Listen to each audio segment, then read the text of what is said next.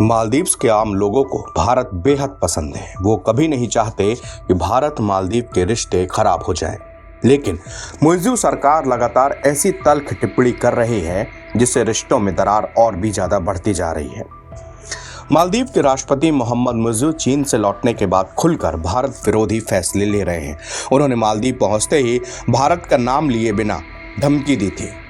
मुइज़्ज़ू ने कहा था कि उनका देश भले ही छोटा है लेकिन उसे कोई धमका नहीं सकता। उन्होंने बिना भारत का नाम लिए कहा था कि कुछ देशों पर अपनी निर्भरता को कम करेगा। मुइज़्ज़ू का इशारा मेडिकल टूरिज्म की तरफ था।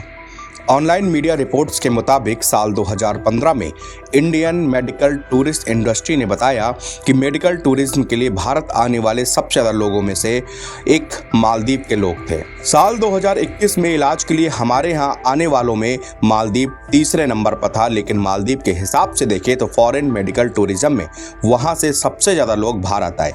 भारत सिर्फ मेडिकल टूरिज्म में नहीं बल्कि कई क्षेत्रों में मालदीव की मदद करता रहा है। इसमें ह्यूमन रिसोर्स भी शामिल है।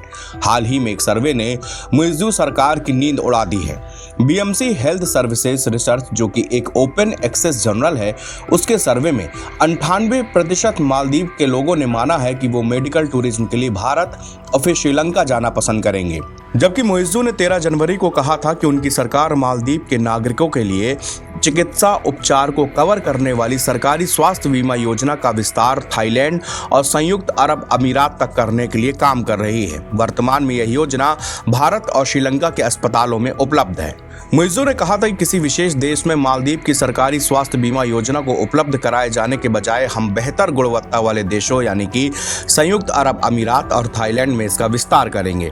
उन्होंने यहाँ तक कह दिया कि पिछली सरकार हर फैसला लेने के लिए एक विशेष देश पर निर्भर थी। उनका इशारा भारत की ओर था, लेकिन उन्होंने नाम नहीं लिया।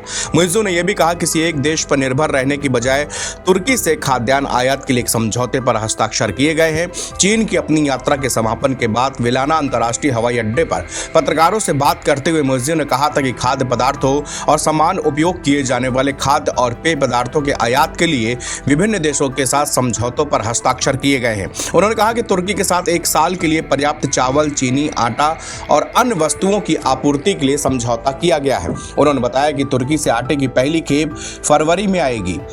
मोहम्मद मुइज़्ज़ू का कहना है कि मालदीव की सरकार ने यूरोपीय और अमेरिकी देशों से सीधे दवा आयात करने का निर्णय भी लिया है। मुइज़्ज़ू का तर्क था कि इससे मालदीव को सस्ती दवा मिलेगी क्योंकि इन देशों में दवाओं का उत्पादन किया जाता है। उन्होंने कहा कि हम चीज़ों को इस तरह से बदल देंगे कि आम दवा का आयात बंद हो जाएगा और हमें यूरोप और अमेरिका में जहां इसका निर्माण होता है वहां से सीधे दवा आयात करना पड़ेगा। मालदीव पे आयात की जाने वाली अधिकांश दवाएं वर्तमान में भारत से जाती हैं। मुइज़्ज़ू की सरकार ने भारतीय उच्चायुक्त को तलब कर मालदीव में मौजूदा भारत के सैनिकों को 15 मार्च तक लौटने का अल्टीमेटम भी दिया था।